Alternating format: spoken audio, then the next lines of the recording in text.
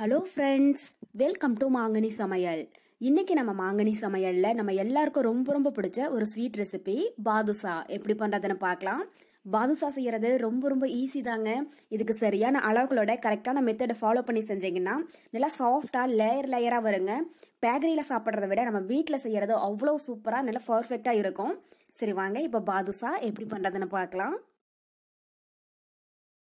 பாதுஷா பண்றதுக்கு ஃபர்ஸ்ட் நம்ம மாவு பிசைஞ்சுக்கலாங்க. அதுக்கு ஒரு மிக்சிங் பவுல்ல 1/4 கிலோ அளவுக்கு மைதா மாவு சேர்த்துக்கலாம். இது 250 கிராம். இது கூட ஒரு ஸ்பிஞ்ச் அளவுக்கு பேக்கிங் சோடா சேர்த்துக்கோங்க. ஒரு ஸ்பிஞ்ச் சேர்த்துனீங்கன்னா போதும், அதிகமா சேர்க்க வேண்டாம். கூடவே 1/4 டீஸ்பூன் பேக்கிங் பவுடர் சேர்த்துக்கோங்க.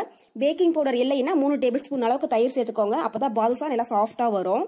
கூடவே 2 டேபிள் ஸ்பூன் நெய் சேர்த்துட்டு மாவு நல்லா சாஃப்டா ஆகிற அளவுக்கு கலந்துடுங்க. நெய்க்கு பதில் ஆயில் கூட சேர்த்துக்கலாம், டேஸ்ட் நல்லா இருக்கும்.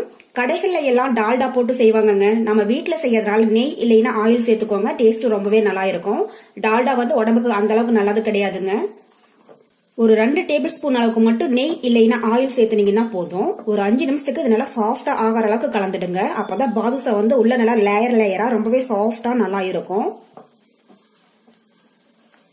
பாருங்க, மாவை இந்த அளவுக்கு நல்லா கலந்ததுக்கு அப்புறமா இது கூட கொஞ்சம் கொஞ்சமா தண்ணி சேர்த்து நல்லா சப்பாத்தி மாவு பதத்துக்கு சாஃப்டா பிசைஞ்சிடுங்க. மாவு எந்த அளவுக்கு சாஃப்டா பிசைறீங்களோ அந்த அளவுக்கு பாதுஷாவும் நல்லா சாஃப்டா ரொம்பவே நல்லா இருக்கும்.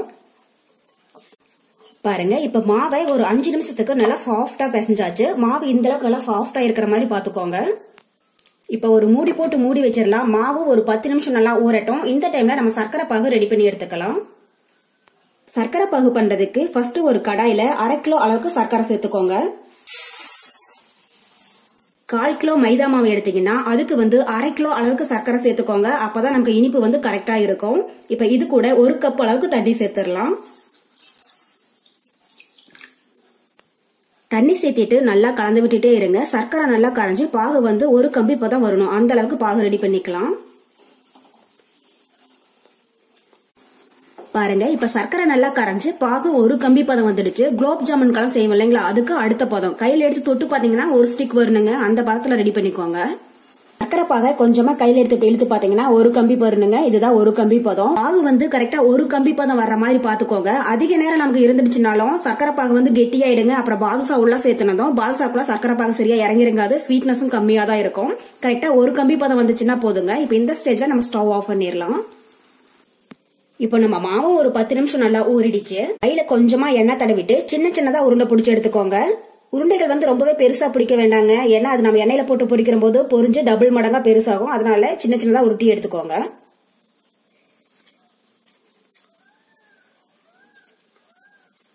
பாருங்க, இந்த சைஸ் உருண்டைகள் இருந்தாலே போதும். பாருங்க, எல்லா மாவையுமே இது மாதிரி சின்ன சின்ன உருண்டைகளா உருட்டி எடுத்தாச்சு. இதை உள்ளங்கையில வச்சு லைட்டா ஒரு 2 சுத்தி சுத்திட்டு கட்டை விரல் வச்சு ஒரு அழுத்தம் கொடுத்துடுங்க. பாருங்க, இது மாதிரி கொஞ்சம் தட்டையாவும் சென்டர்ல கொஞ்சம் குழிவாவும் இருக்கிற மாதிரி பாத்துக்கோங்க. அப்பதான் நமக்கு கரெக்டா பாதுஷா சேஃப் கிடைக்கும். இப்ப இது மாதிரி எல்லா உருண்டைகளையுமே ரெடி பண்ணி எடுத்துக்கோங்க. மாவை ரொம்பவே பெருசாவும் உருட்டி எடுத்துடாதீங்க. இது மாதிரி சின்ன சின்னதாவே உருட்டி எடுத்துக்கோங்க. இதுவே எண்ணெயில போட்டு பொரிஞ்சதும் நமக்கு ரொம்பவே பெருசா வரும். இந்த பாதுஷா குயிக்கா ஒரு 10ல இருந்து 15 நிமிஷத்துக்குள்ள செஞ்சு முடிச்சிடலாங்க. டேஸ்ட் ரொம்பவே சூப்பரா இருக்கும். இப்ப குழந்தைங்க எல்லாம் வீட்டுல லீவ்ல தான் இருப்பாங்க. கண்டிப்பா செஞ்சு கொடுங்க. எல்லாரும் ரொம்ப விரும்பி சாப்பிடுவாங்க.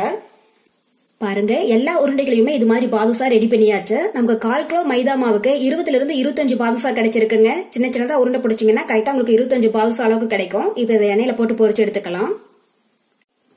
பாருங்க, இப்ப கடாயில எண்ணெய் நல்லா சூடாயிட்டு இருக்கு. எண்ணெய் நல்லா சூடானதுக்கு அப்புறமா ஸ்டவ் ஃபுல்லா சிம்ல வச்சிடுங்க. சிம்ல வச்சுட்டு அதுக்கப்புறமா நம்ம ரெடி பண்ணி வச்சிருக்கிற பாதுஷாக்களை உள்ள போடுற போது கட்டை விரல் வச்சு ஒரு டைம் நல்லா அழுத்தி விட்டுட்டு உள்ள போடுங்க.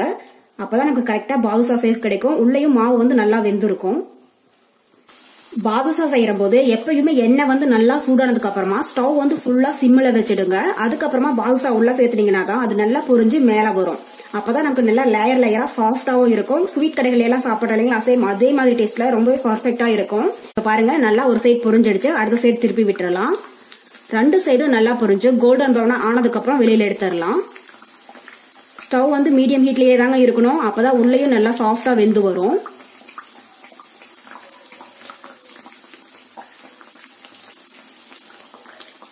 பாருங்க, இப்ப பாதுஷா 2 சைடும் நல்லா பொரிஞ்சு கோல்டன் ப்ரௌன் ஆயிடுச்சு. இந்த ஸ்டேஜ்ல நம்ம அதை எடுத்து சர்க்கரை பாகுல சேர்த்திடலாம்.